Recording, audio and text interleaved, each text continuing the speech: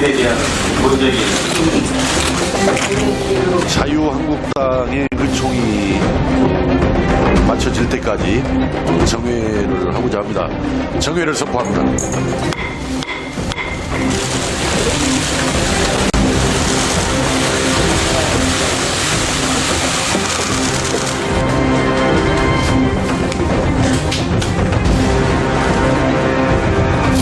에 다시 논의를 하기로 했어요. 그러니까 2시에 의원님들이 와주십시오.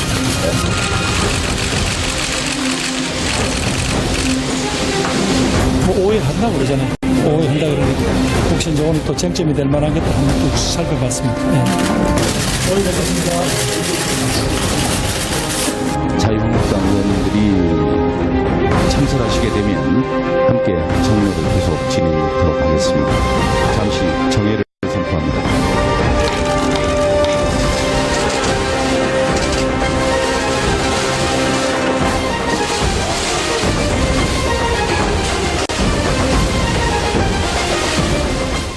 불통인사 협치 파괴 대통령은 각성하라! 각성하라! 각성하라! 각성하라! 국민우롱 인명 강행 대통령은 처리하라! 처리하라! 처리하라! 처리하라! 저는 이 인명 강행을 폭거라고 규정을 했습니다. 마치 국회 청문회가 시간 낭비를 하고 있는 것처럼 이제 더 이상 금쪽 같은 시간을 버릴 수 없다. 이것은 무슨 뜻입니까?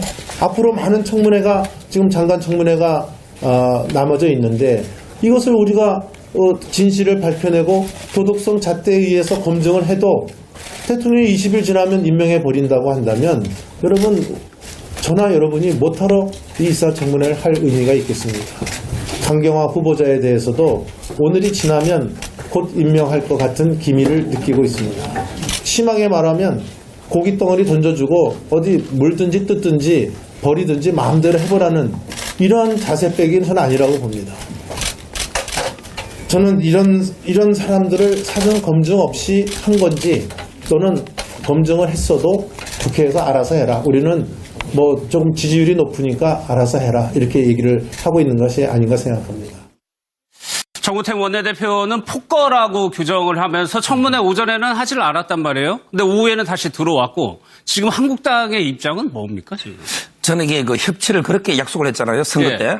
근데 정말 협치다운 협치 한 번도 못 해보고 한 달 만에 완전히 파국으로 보이는데요. 예. 저는 이게 그 여야 공의 한 말씀씩만 드리면 일단 이게 먼저 여당은요. 좀 더 이게 대탕평 인사를 해야 된다고 봅니다. 왜냐하면 이게 기재부 장관 김동연 후보자. 예. 바로 이게 만장일치로 다 통과됐지 않습니까? 그렇죠. 이런 이제 그 통합적인 인사를 좀 더 많이 해야 되는데 근데 지금까지 15분 내정된 분 보면 대부분 이게 시민단체나 또 이게 코드 인사. 예. 이런 분들이 많거든요. 그래서 제가 보기에 좀 대중립적이면서 통합적인 예. 이런 이제 인사를 좀 많이 해야 되는데 그걸 못한 이런 이제 아쉬움이 첫째 있고요. 그 다음에 그 도덕성 검증도 마찬가지. 최소한 이게 국민의 평균 수준보다는 도덕성이 뛰어나야 되잖아요. 근데 음주라든지 논문 표절이라든지 또 이게 국방부 장관은 또 이게 그 무기업체 뭐 고무이라든지 법무법인 이런 정관 예. 이런 이제 도덕성이 큰 문제 있는 분들이 많거든요. 그래서 저는 이게 첫째 여당에 큰 문제가 있다. 이걸 예. 말씀드리고 그다음에 그 자유한국당 야당도요.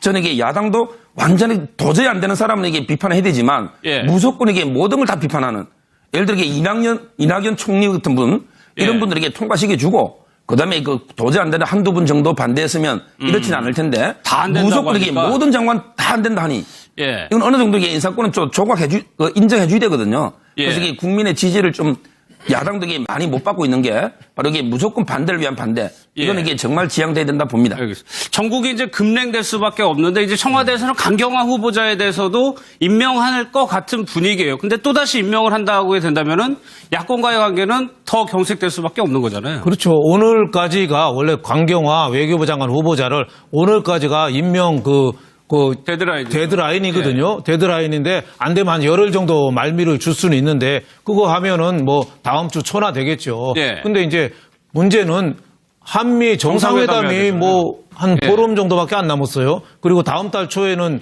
G20 또 정상회담도 또 하잖아요. 그러니까 사드 문제 있고 첩첩산중인데 언제까지 또 안 할 수는 없고 사실 뭐 철회하고 다른 사람을 하면은 서둘러서 하면 될 텐데 그러니까 청와대는 어떻게 보면 청와대도 진퇴양난이라고 볼 수 있죠. 예. 안 하자니 또 계속 다른 장관들도 줄줄이 기다리고 있고 예. 또 하자니 하면 뭐 보나마나 나머지 장관들 청문회 다 보이콧하고 또 추경 예산 그것도 보나마나 안 하지 않겠습니까? 예. 제가 보니까 자꾸 밀려가지고 9월 정기국회도 제가 보기엔 제대로 안 될 가능성이 많아요.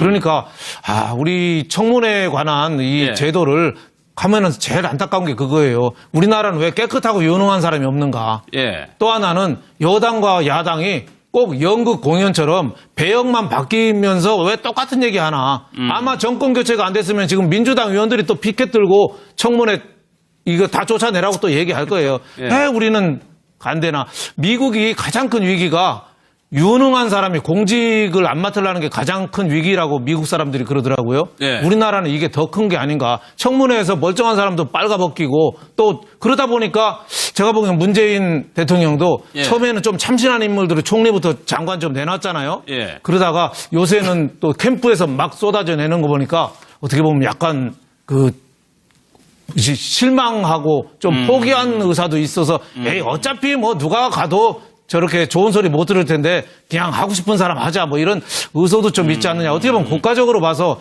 여당이나 야당이나 좀 청문회에 대해서 좀 다시 생각해야 되고 예. 좀 여야 협치를 좀 다시 생각해야 된다 이런 생각이 말씀을 드리면 일단 이게 먼저 여당은요 좀 더 이게 대탕평 인사를 해야 된다고 봅니다.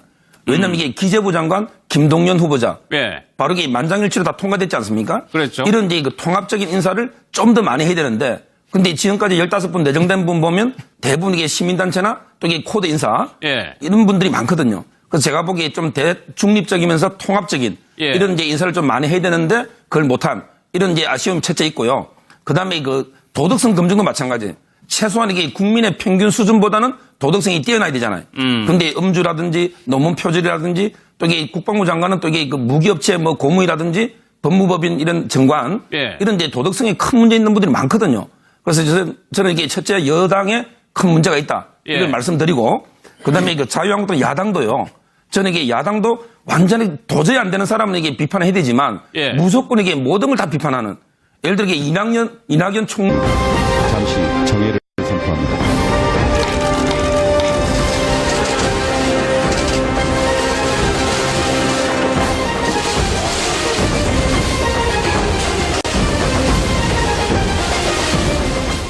불통인사 협치 파괴 대통령은 각성하라! 각성하라! 각성하라! 각성하라!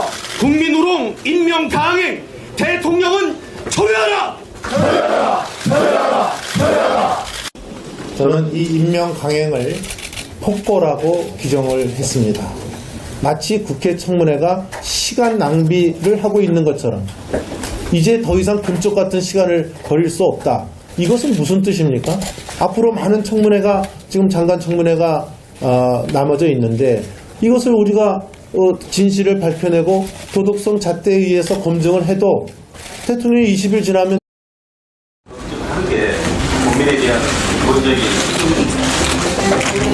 자유한국당의 의총이 마쳐질 때까지 정회를 하고자 합니다. 정회를 선포합니다.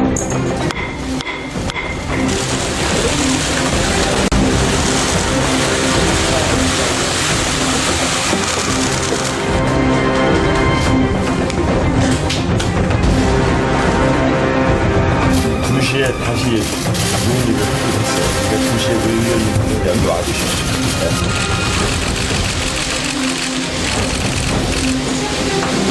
뭐 5일 한다고 그러잖아요. 5일 한다 그러니까 혹시 이제 오늘 또 쟁점이 될 만하겠다 한번 또 살펴봤습니다. 예.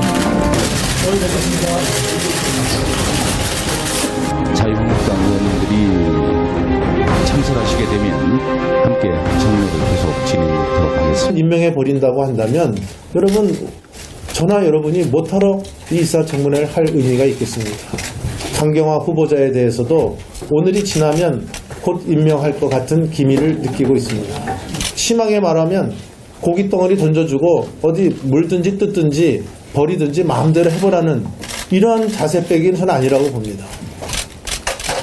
저는 이런 사람들을 사전 검증 없이 한 건지 또는 검증을 했어도 국회에서 알아서 해라. 우리는 뭐 조금 지지율이 높으니까 알아서 해라 이렇게 얘기를 하고 있는 것이 아닌가 생각합니다. 정우택 원내대표는 폭거라고 규정을 하면서 청문회 오전에는 하지를 않았단 말이에요. 근데 오후에는 다시 들어왔고 지금 한국당의 입장은 뭡니까 지금? 저는 이게 그 협치를 그렇게 약속을 했잖아요, 선거 예. 때.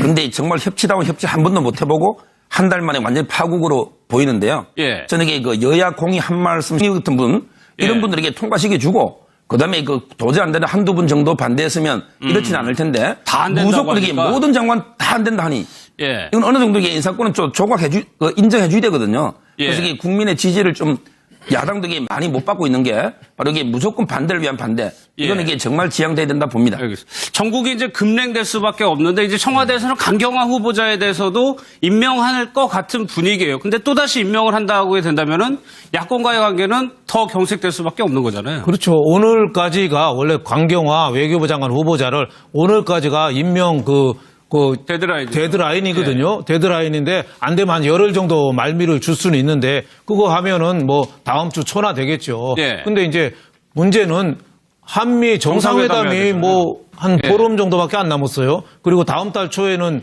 G20 또 정상회담도 또 하잖아요. 그러니까 사드 문제 있고 첩첩산